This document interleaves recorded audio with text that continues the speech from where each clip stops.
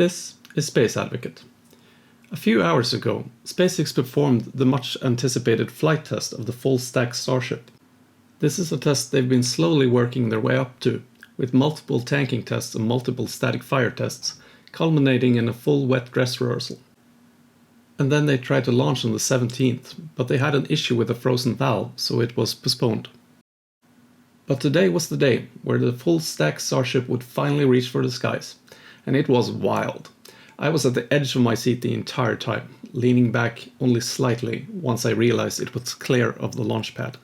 First, let's look at the full launch from the SpaceX stream before going through some of my observations. Enjoy. 8, 7, 6, 5, 4, 3,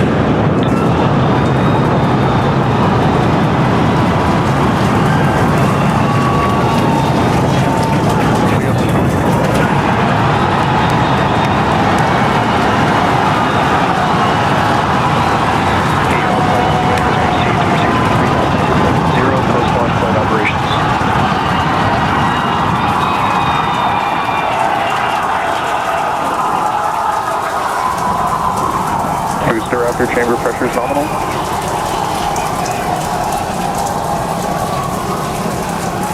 T+33 seconds into the test flight of the inaugural Starship vehicle. Tower cleared, we're into pitch over. Propulsion reports first stage engines nominal. What a sight from the ground cameras at Starbase. We're flying at twice the thrust of the Saturn V heading to space. Acquisition signal, surface proceed. We're throttled down and throttled back up. Going through the period of maximum aerodynamic pressure.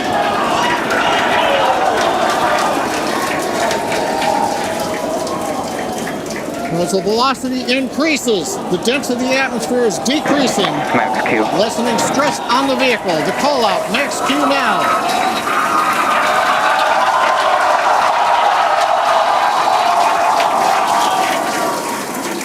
Continuing to watch the first stage as we head downrange.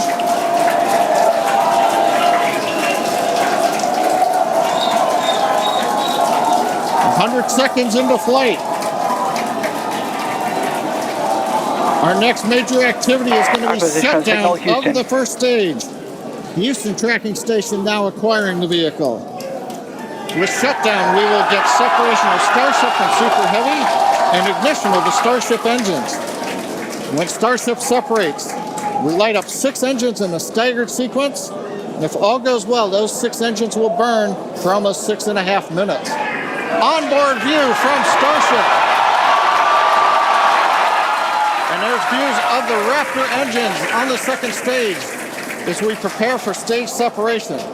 Now after stage separation, the first stage will flip and begin a boost back maneuver for landing in the Gulf.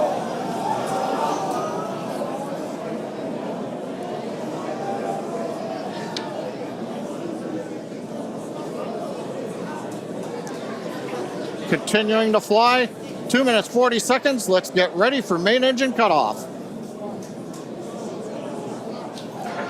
Booster engine cutoff. Beginning to flip for stage separation.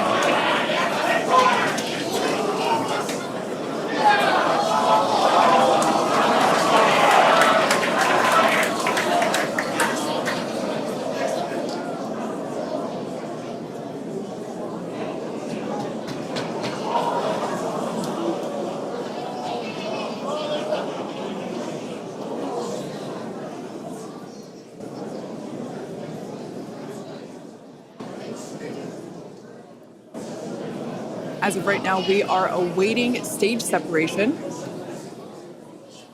where Starship should separate from the Super Heavy booster.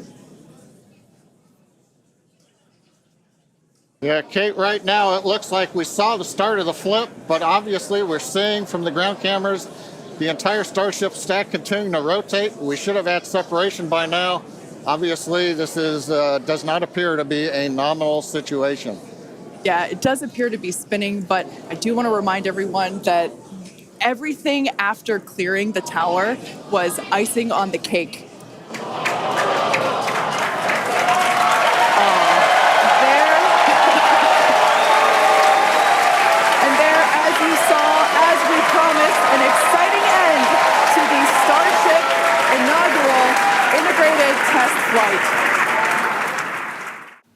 Okay, this obviously wasn't a perfectly nominal flight. I'll play it again and then point out some of the noteworthy details. Here you see a large chunk of debris flying out from the orbital launch mount. And that is immediately followed by more large chunks of debris. Some of it almost making it all the way to the top of the booster as it's taking off, probably around 100 meters above the ground. This may in fact be parts of the concrete pad under the orbital launch mount that's been violently ejected. As you can see in these before and after images from RGV aerial photography, the concrete is just gone. At this point we get a status on the Raptor engines and we can see that 3 of them are already out. Now, this isn't necessarily an issue as Starship is capable of reaching orbit even with a few engines out. At this point there is a small explosion at the bottom of the booster and one of the Raptors adjacent to the blast starts failing. It struggles for a few seconds before ultimately failing. Again, this doesn't necessarily mean the rocket is doomed, but it's not a good sign. And shortly after the failure is confirmed in the telemetry overview. Now, at T plus 55, the Starship is supposed to hit max Q, but this generally happens around the point where a rocket goes supersonic, or around 1250 km per hour. You can see that at this point it's nowhere near that speed. It's only going at around 650 km per hour.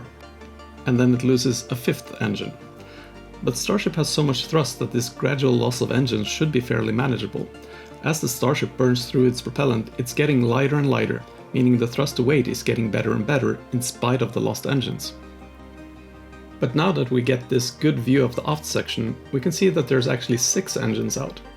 I haven't been able to determine exactly when it went out, but my best guess is that it actually happened at the same time as the earlier explosion, as this blast was right next to the engine. I'm not completely sure why the telemetry overview doesn't show the engine as failed, but it's never shown to shut down. I think this could be an indication that the last status the rocket received from the engine controller was that it was operating, and then something catastrophic happened to the engine or the communication lines. And then a 7th engine is reported to go out. This happens just as the Starship goes supersonic, so at roughly this point in time, Starship is passing max Q, but then the engine is reported as running again. This is something that cannot be the case, as the outer engines can only be started on the ground. So I'm not sure exactly what to believe there, but my best guess is that the vibrations of passing max Q caused a hiccup on the telemetry and it was always operating, meaning only 6 engines are out at this point. Now we are approaching the end of the flight. At this point, the rocket is rapidly heading towards Mach 2, with probably 6 engines out. And the engines that are running are pushing the rocket asymmetrically, meaning that the 12 operational center engines have to compensate to maintain control. It is at this point we see Starship start tumbling out of control. This is still before the planned stage separation at T plus 252, so it isn't related to stage separation or the flip maneuver. The reason may be that the Starship is too low in the atmosphere to be going so fast. If the Starship was going at full thrust, it should at this point be approaching a 100 km altitude, where there is basically no atmosphere. Instead, it is only at 35 km, where there is still a lot of air. One thing to keep in mind is that Starship has aerodynamic surfaces at the middle and at the front.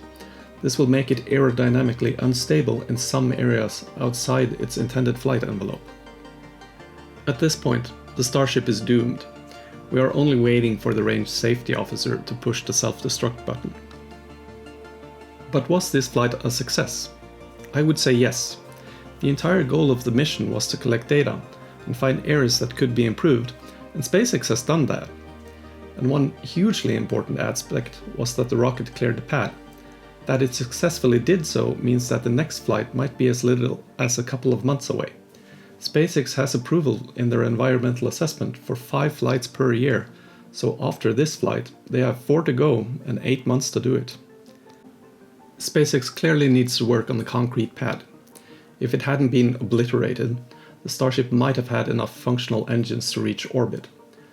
It wouldn't surprise me if we see them put down thick steel plating under the orbital launch mount in a matter of weeks and start welding.